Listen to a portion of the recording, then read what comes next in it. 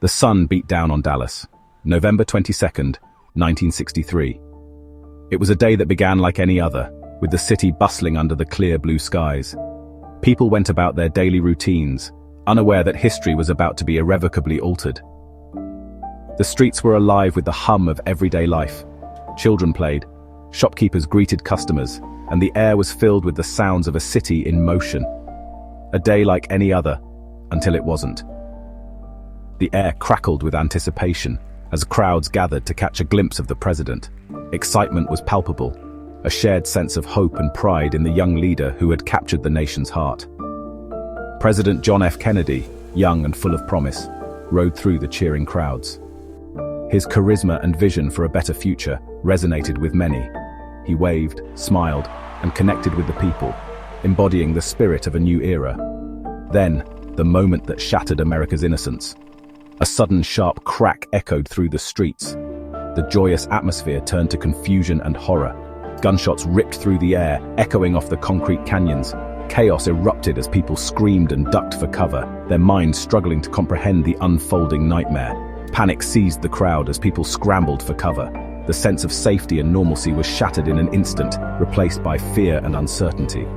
The motorcade, a symbol of power only seconds before, sped away in a blur. The president, once the beacon of hope, was now a target, his life hanging by a thread. The young president, mortally wounded, slumped in his seat. The dream of a brighter future seemed to fade with each passing second. The world watched in disbelief and horror as the news spread like wildfire. Television screens flickered with the grim reality, and a collective gasp echoed across the nation. A nation mourned, united in grief and disbelief. How could this happen? The sense of loss was profound, a wound that would take years to heal. Who could have done such a thing? Questions swirled, and the search for answers began. The nation demanded justice, clarity, and closure. The official investigation, shrouded in controversy from the start, pointed the finger at a lone gunman, Lee Harvey Oswald. The narrative was set, but doubts lingered. A former Marine with a troubled past, Oswald became the scapegoat, his name forever etched in history as the man who killed Kennedy. Yet the questions and conspiracy theories would persist, casting a long shadow over that fateful day. The Warren Commission, tasked with investigating the assassination, concluded that Oswald acted alone. He fired 3 shots from the Texas School Book Depository, they said. Case closed. But for many, the official narrative rang hollow. Too many inconsistencies, too many unanswered questions. The seeds of doubt were sown. The world demanded answers. Whispers of a second shooter, hidden on the grassy knoll, began to circulate.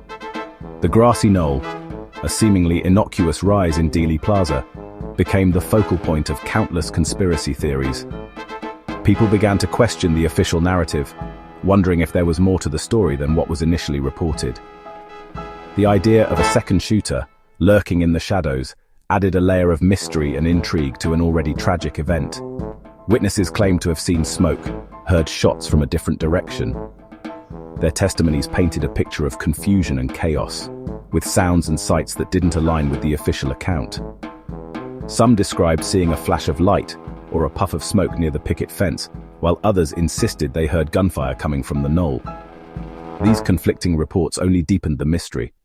Amateur films, capturing the chaos from different angles, fueled the flames of suspicion.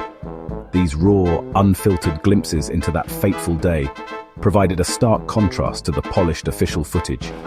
Each frame seemed to hold a clue, a piece of the puzzle that could potentially unravel the truth. The more people watched, the more questions arose. The Zapruder film, a silent witness to the tragedy, became the subject of endless scrutiny. This home movie, shot by Abraham Zapruder, inadvertently captured the assassination in shocking detail. It was analyzed frame by frame, each second revealing more about the sequence of events. The film's clarity and the horror it depicted made it a crucial piece of evidence. Frame by frame, it was analyzed, dissected, searching for clues.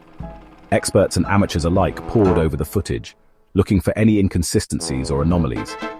They debated the significance of each movement, each shadow, each flash of light. The film became a battleground for competing theories, each side convinced they had found the key to understanding what really happened. Was that a puff of smoke behind the picket fence? This question haunted investigators and conspiracy theorists alike. If true, it suggested the presence of another shooter, hidden from view. The picket fence became a symbol of the unknown, a place where secrets might be hidden.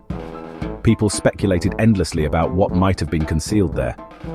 Did the president's head snap back in a way that defied the official trajectory of the bullets?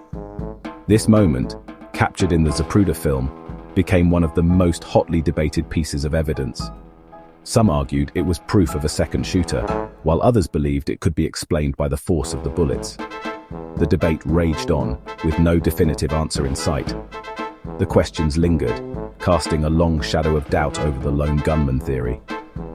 As time passed, new theories emerged, each one adding to the complexity of the case. The grassy knoll, the picket fence, the Zapruder film, all became symbols of a mystery that refused to be solved. The assassination of JFK remains one of the most enduring enigmas of our time, a puzzle that continues to captivate and confound. The whispers grew louder, morphing into full-blown conspiracy theories. The CIA, with its history of covert operations and regime change, became a prime suspect. Did Kennedy's attempts to curtail the agency's power lead to a deadly conspiracy? The mafia, angered by Kennedy's crackdown on organized crime, also fell under the microscope. Had they silenced the president who dared to challenge their empire? Then there were the Cuban exiles, fueled by rage after the failed Bay of Pigs invasion. Did they seek revenge for Kennedy's perceived betrayal? Each theory, a thread in a complex tapestry of intrigue and suspicion. The truth, it seemed, lay buried beneath layers of secrecy and deceit. The government, accused of a cover-up, held its cards close to its chest. Documents remained classified, hidden from public view. The silence was deafening. But in 2025, a crack appeared in the wall of silence. 80,000 government documents, long kept under wraps, were finally released to the public. The world held its breath.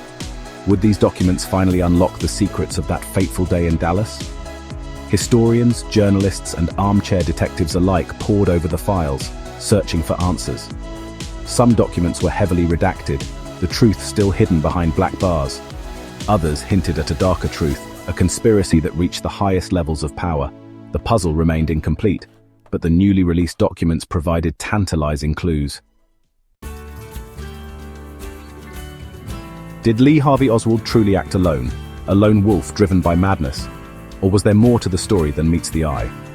The events of that fateful day in Dallas have been dissected and analyzed countless times, yet the answers remain frustratingly out of reach.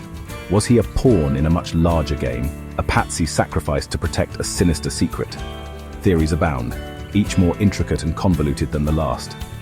Some suggest a vast conspiracy involving powerful figures, while others point to shadowy organizations pulling the strings from behind the scenes. The debate rages on, fueled by the enduring mystery and the weight of history.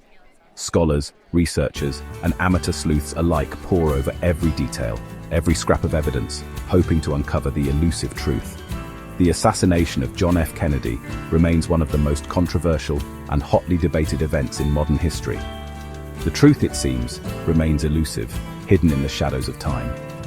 Decades have passed, yet the questions linger, haunting the collective consciousness. Each new revelation seems to raise more questions than it answers, adding layers to an already complex puzzle. But the search for answers continues. Dedicated individuals sift through mountains of documents, scrutinize old photographs, and analyze every piece of available evidence. The quest for truth is relentless, driven by a desire to understand what really happened on that tragic day. We owe it to the memory of John F. Kennedy and to ourselves to never stop asking questions. His legacy demands that we seek the truth, no matter how difficult or uncomfortable it may be. The pursuit of justice and understanding is a tribute to his enduring impact on the world, to never stop seeking the truth. Who really killed JFK?